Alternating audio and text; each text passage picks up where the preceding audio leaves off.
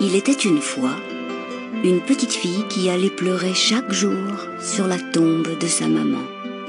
Elle s'appliquait jour après jour à être gentille comme sa mère le lui avait demandé avant de mourir. Elle vivait avec son père. Les oiseaux étaient ses seuls amis. Ils l'accompagnaient en chantant partout où elle allait.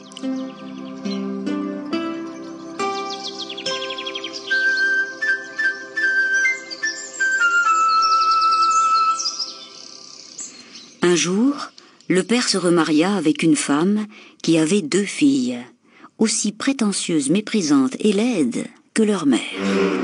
Toutes les 3 ne pouvaient supporter la bonté et surtout la beauté de la jeune enfant. Alors, elles l'obligèrent à se vêtir misérablement et à faire les travaux les plus désagréables de la maison. La pauvre enfant souffrait en silence. Elle n'osait se plaindre à son père. Lorsque la petite avait fini ses corvées, elle allait s'asseoir près du feu, presque dans les cendres. C'est pour cette raison que les méchantes sœurs et leur mère l'appelèrent Cendrillon.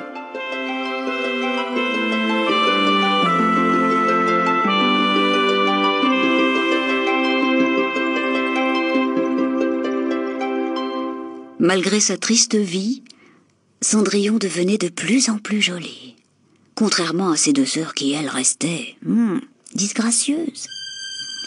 Il arriva que le fils du roi donna un bal qui devait durer 3 jours. Toutes les filles du royaume furent invitées. Le prince voulait choisir parmi elles une fiancée.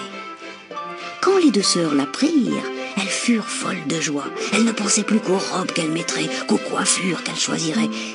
Et bien sûr, c'est Cendrillon qui dut repasser tout leur linge, faire briller leurs chaussures et même les coiffer. Ce qu'elle fit de son mieux et de bon cœur, bien qu'elle brûlât d'envie d'aller au bal, elle aussi. Après avoir longtemps hésité, elle demanda la permission à sa belle-mère. « Toi ? Au bal ? Et pour quelle raison ? Pour cirer le parquet, laver les torchons ?» se moqua la méchante femme.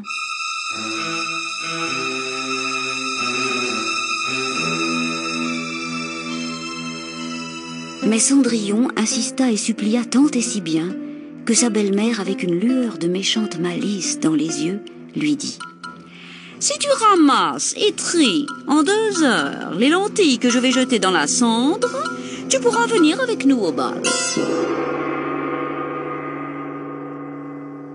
Cela était infaisable. Alors Cendrillon eut l'idée d'appeler ses amis les oiseaux. Elle leur montra les lentilles et leur dit « Les bonnes dans le petit pot, les autres dans votre jabot. » Comme les oiseaux l'adoraient, ils furent ravis de l'aider. Ils trièrent les lentilles, et en 1 heure, tout était fini.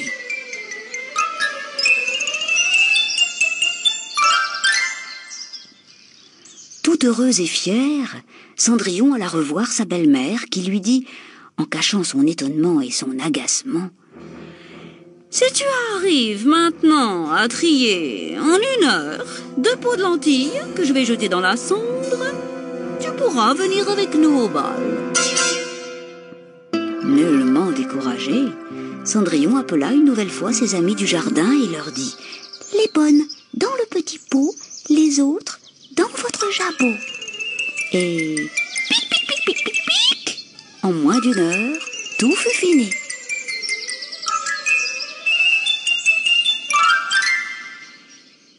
Toute heureuse et fière, Cendrillon retourna voir sa belle-mère. Celle-ci cacha encore une fois son étonnement et à court d'idées lui dit « Oh, tout cela ne sert à rien. Tu n'as pas de robe à te mettre. » Lorsque les 3 méchantes femmes partirent pour le bal, Cendrillon s'effondra en larmes. Elle sanglotait encore quand, dans un tourbillon de poussière d'étoiles, une fée apparut. C'était sa marraine. « Tu voudrais bien y aller aussi, n'est-ce pas ?» lui dit-elle. « Hélas, oui !» dit Cendrillon dans un sanglot. « Essuie tes jolis yeux, ma belle. Je t'y ferai aller. Va dans le jardin et rapporte-moi Donne-moi une citrouille, dit la marraine.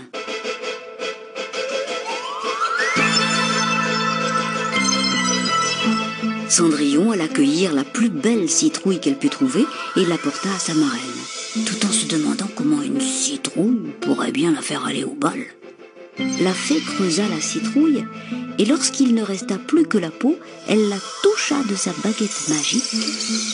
La citrouille fut aussitôt changée en un carrosse doré. Puis la marraine alla voir dans la souricière, trouva 6 souris, les toucha de sa baguette, et elles se transformèrent en 6 magnifiques chevaux, qui allèrent se placer d'eux-mêmes devant le carrosse.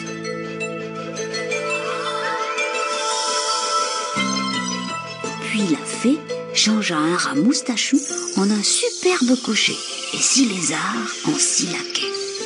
Pour terminer, elle caressa Cendrillon de sa baguette magique. Ses vieux vêtements sales furent aussitôt remplacés par une robe brodée d'or et d'argent. Cendrillon regarda ses pieds.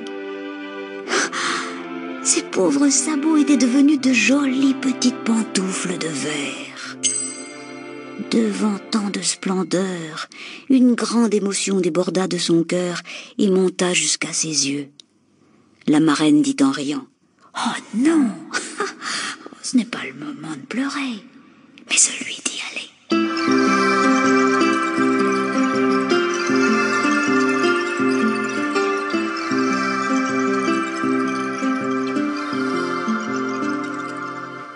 Cendrillon monta dans le carrosse comme sur un nuage. Sa marraine lui dit alors : « Prends garde, tu dois être rentré avant le 12e coup de minuit. Après, l'enchantement cessera. Le carrosse se changera en citrouille, les laquais en lézard, les chevaux en souris, le cocher en rat, et tes beaux habits redeviendront ce qu'ils étaient. » Cendrillon l'embrassa, la remercia de tout son cœur et promit de rentrer avant minuit. Et le carrosse partit.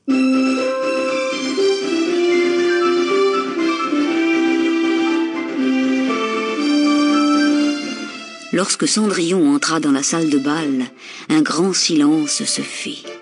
On cessa de parler, on cessa de danser, les violons s'arrêtèrent de jouer. Chacun admirait la grande beauté de cette mystérieuse inconnue. On n'entendait qu'un murmure confus.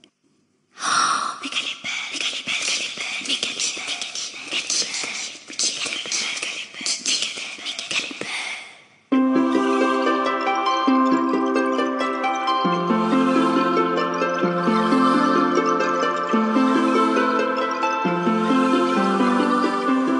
Le jeune prince s'approcha de Cendrillon, lui prit la main avec beaucoup de respect et l'invita à danser.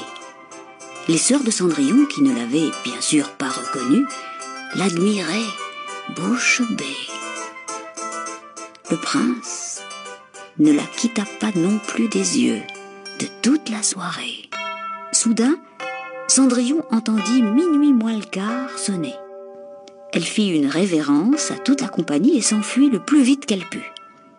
Dès qu'elle fut arrivée à la maison, elle remercia sa marraine et lui dit qu'elle aimerait bien retourner au bal le lendemain, car le prince l'en avait prié.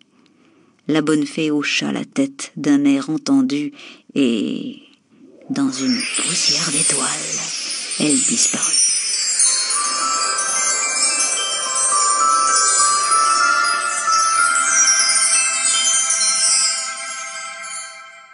Peu de temps après, les sœurs et leur mère rentrèrent du bal. « Ah, si tu étais venue, tu aurais vu une princesse inconnue d'une beauté et d'une grâce sans pareille. Le prince n'a dansé qu'avec elle. » Cendrillon cacha un sourire et ne révéla rien de sa soirée, bien sûr. Le lendemain soir, les 2 sœurs et leur mère partirent au bal. Peu après, la fée apparut. Comme la veille, Cendrillon vit une grosse citrouille se transformer en carrosse, les souris en chevaux, le rat en cocher, les lézards en laquais, ses pauvres habits devinrent une merveilleuse robe et ses sabots de jolies petites pantoufles de verre. Elle partit pour le bal, le prince ne voulut danser qu'avec elle. Lorsqu'elle entendit sonner minuit moins le quart, elle fit une révérence et rentra. Les sœurs ne se doutèrent de rien, comme la veille.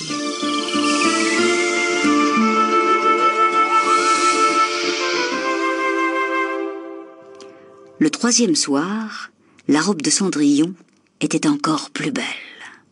Avant de partir, Cendrillon promit à la fée de rentrer avant minuit. Le prince l'attendait avec impatience et ils restèrent ensemble toute la soirée. Quand il ne dansait pas, le prince parlait, et plus il parlait, plus Cendrillon souriait. La jeune fille, étourdie de bonheur, n'entendit pas les 8 premiers coups de minuit sonner. Au 9e, elle réagit et s'enfuit si vite que le prince ne put la rattraper. Dans sa précipitation, Cendrillon perdit sur les marches du grand escalier une pantoufle. Le prince la ramassa et la serra sur son cœur.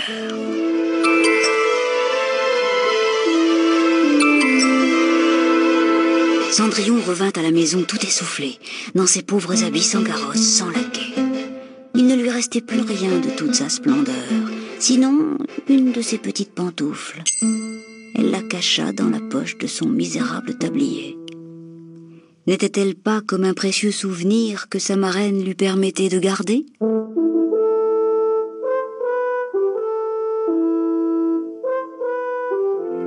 Au même moment, le prince montrait l'autre petite pantoufle au roi et dit qu'il épouserait celle dont le pied pourrait s'y glisser. Qui d'autre que ma bien-aimée peut chausser cette merveille ? On commença par essayer cette pantoufle à toutes les femmes de la cour, mais inutilement. On alla alors par tout le royaume, chez toutes les jeunes filles en âge de se marier.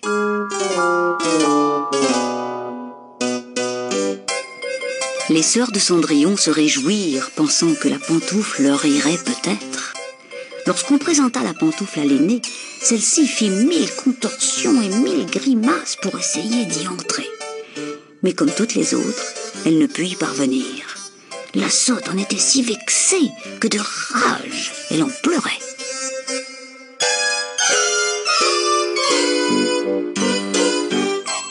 La seconde sœur, plus stupide encore, voyant qu'elle n'arrivait à y glisser que 2 orteils, s'entêta tout de même, comme une forcenée. On dut lui arracher la pantoufle des mains. Elle avait envie de griffer tant sa fureur était démesurée.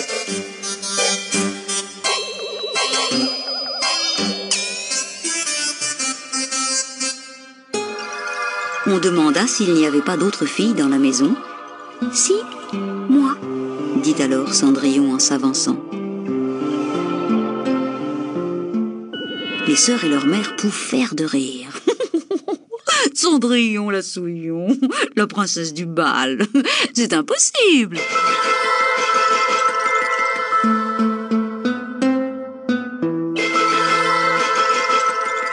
Mais Cendrillon avança son pied, on approcha la pantoufle, elle lui allait parfaitement.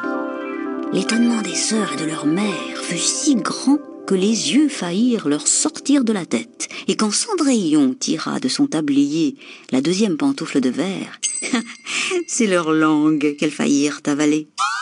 Elles n'étaient pas encore au bout de leur surprise. Soudain, un tourbillon de poussière d'étoiles vint envelopper Cendrillon et elles reconnurent alors la princesse du bal. Sa robe était encore plus belle que toutes les autres.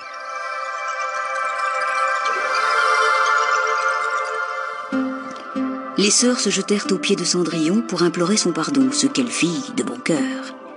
On mena alors Cendrillon chez le jeune prince, qui l'épousa le jour même.